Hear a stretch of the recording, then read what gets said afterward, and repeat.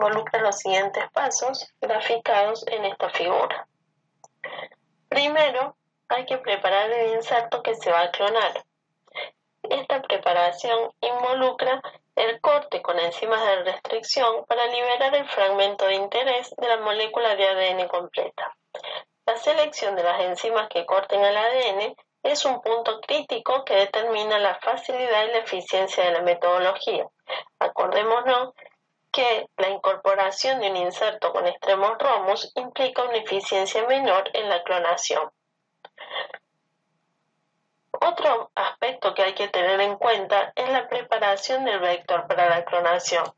Esta consiste en cortar con las mismas enzimas de restricción con las que se digirió el inserto, de manera tal que la complementariedad de los extremos generados en el inserto coincida con los extremos del vector y se debe obtener un ADN lineal. Otro punto a tener en cuenta es la unión del inserto con el vector. La unión de un segmento de ADN exógeno, que es el inserto, a un vector, involucra la formación de enlaces fosfodiéster. Esta unión la cataliza in vitro una enzima denominada ligasa. Estas enzimas, las más utilizadas, son de Escherichia coli y otra que proviene de un bacteriófago. Por otro lado, hay que preparar las células para que sean competentes. Como habíamos visto en el capítulo de bacterias, para que una célula sea competente hay que tratarlas con algunas soluciones para que puedan incorporar mejor el ADN exógeno. Entonces, para su replicación, los vectores requieren encontrarse dentro de la célula, que debe prepararse para hacerla permeable a la entrada del vector recombinante, proceso denominado generación de células competentes.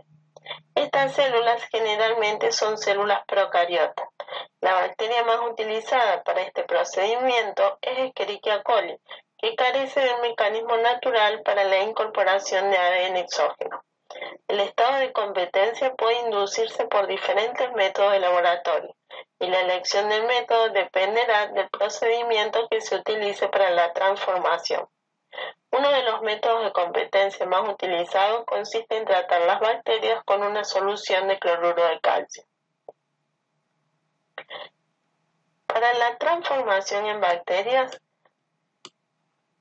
la misma consiste en la adquisición de ADN exógeno que le confiere un nuevo fenotipo a la célula huésped. Entre los métodos más comunes se encuentran la transformación química y la transformación por electroporación.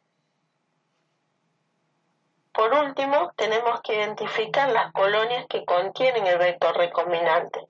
Para identificar las bacterias transformadas se utilizan marcadores de selección proporcionados por los vectores. Los más utilizados son los genes de resistencia a antibióticos como la ampicilina, la tetraciclina y la kanamicina. Después de la transformación de las bacterias, se siembran en cajas de Petri con agar suplementado con el antibiótico, para el cual el plásmido es resistente. Si la transformación ha sido exitosa, las bacterias serán capaces de metabolizar el antibiótico y vivirán, lo que indicará que incorporaron al vector. Por ejemplo, aquí tenemos el plásmido PB322 utilizado como vector de clonación. Las células que tienen el vector entero crecerán tanto en medio que tienen ampicilina como tetraciclina. Las células que incorporaron el vector con el inserto crecerán solo en medio que tienen ampicilina, porque el inserto inhibe la resistencia a la tetraciclina. Por otro lado, las células no transformadas no crecerán en ningún medio que contengan los antibióticos. Para seleccionar las células que incorporaron el vector recombinante, vamos a hacer una placa de réplica del crecimiento en ampicilina, y de esa placa réplica se pone a crecer en tetraciclina, y las células que no crecen en tetraciclina pero sí en ampicilina se seleccionan porque tienen el vector y contienen el insecto. Luego, por una autorradiografía se revelan y se obtienen las placas que contienen el ADN recombinante. En esta diapositiva se ve la utilización de un vector de clonación con un gen marcador que origina color. Algunos vectores plasmídicos tienen un marcador de selección que es el gen LAC-Z, que se encuentra en el operón LAC de Escherichia coli y codifica la enzima beta-galactosidasa. Así, cuando el vector se replica dentro de la célula hospedera, el gen de la beta-galactosidasa puede expresarse y generar una enzima funcional.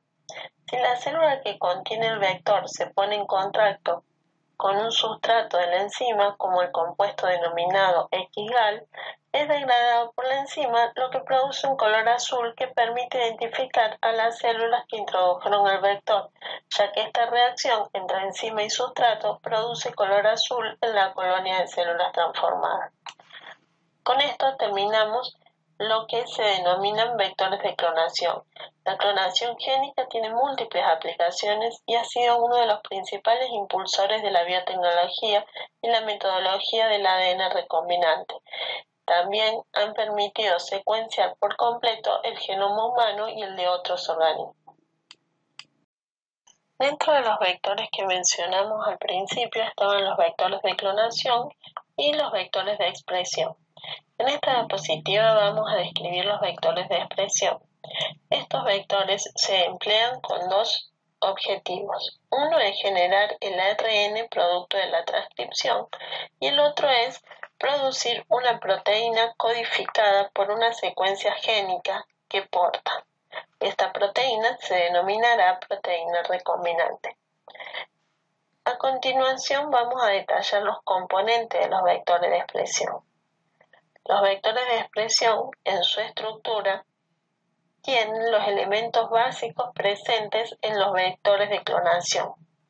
Estos elementos básicos son el origen de replicación, el marcador de selección y el sitio de clonación o restricción múltiple, además de contar en su secuencia con por lo menos un promotor fuerte. Se caracterizan también por constituir un sistema de inducción simple y efectivo, tener una baja expresión basal y ser fácilmente transferible a otras cepas. También deben incluir secuencias de terminación de la transcripción y una adición de cola de poliadenilación, pues con ello el transcrito estará protegido de la degradación de nucleasas, con lo que su vida media se extenderá. Otro factor importante presente en un vector de expresión es el sitio de unión al ribosoma, que permite el ensamblaje de la maquinaria de inicio de la traducción. Además, debe considerarse la expresión basal del plásmido, lo que se conoce como número de copias del plásmido, característica determinada por la fuerza del sitio de origen de replicación, que origina plásmidos con un elevado número de copias per se. También se debe considerar la presencia de promotores fuertes en plásmidos con un alto número de copias origina interferencias en la viabilidad celular. Hay muchos vectores de expresión en el comercio, entre estos pueden estar el pcADN31, el PET161, el PDEST10 y otros más. Antes de la implementación de la técnica de ADN recombinante para la producción de proteínas con fines terapéuticos, estas eran obtenidas por medios menos seguros, como es el aislamiento de insulina del páncreas de cerdo o como la hormona de crecimiento se obtenía de cadáveres de personas. Esto presentaba un reto, ya que con estos métodos existía un gran riesgo de contraer alguna enfermedad, debido a las inadecuadas técnicas de purificación con las que se contaba en esa época. Por lo tanto, la tecnología de ADN recombinante significó una gran revolución, pues aumentó la seguridad del proceso gracias a novedosas técnicas de purificación y se incrementó también la cantidad de proteínas obtenidas. Utilizando vectores de este tipo es como se produjo la comercialización del primer fármaco obtenido mediante dicha tecnología. Este fármaco fue la insulina, que se obtuvo en 1982.